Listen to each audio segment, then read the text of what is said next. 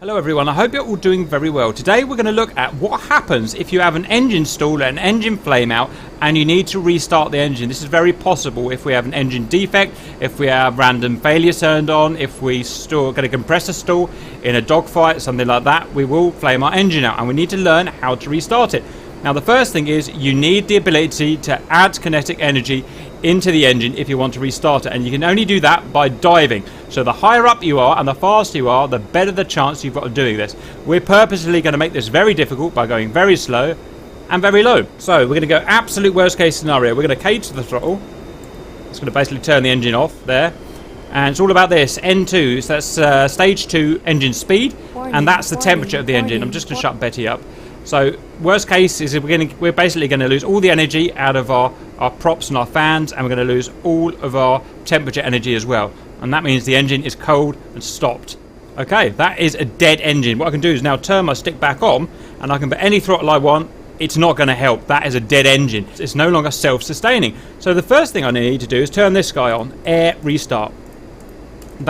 Well, we'll show you what that does. The next thing I need to do is get kinetic energy into the fan blades. That means I've got to dive. I've got to trade potential energy in the forms of altitude to get the engine spinning. So I need to get this up to a minimum of 13, but really around 16 to 18%.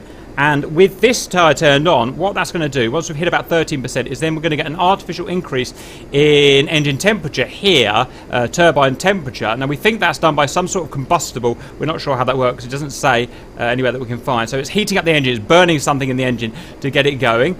And I need yet more speed in the engine.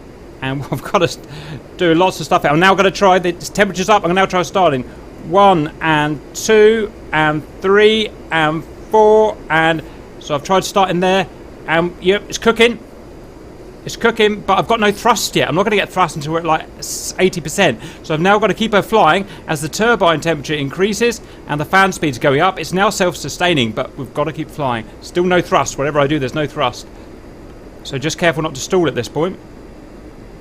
I can hear her. She's whirring. Come on. Still no thrust.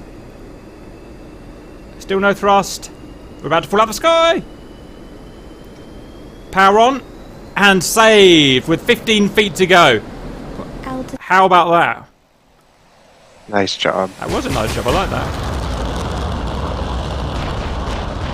So that shows the procedure if you get a flame out. So don't forget to put the air start switch up to get your N2 back over 13, ideally 16 to 18. Your T4 will increase by whatever combustible is being burnt, and then you've got to do your ground switch, hold for at least 4 seconds. So go install your engine, go and practice getting it back on. I hope you enjoyed that. See you later.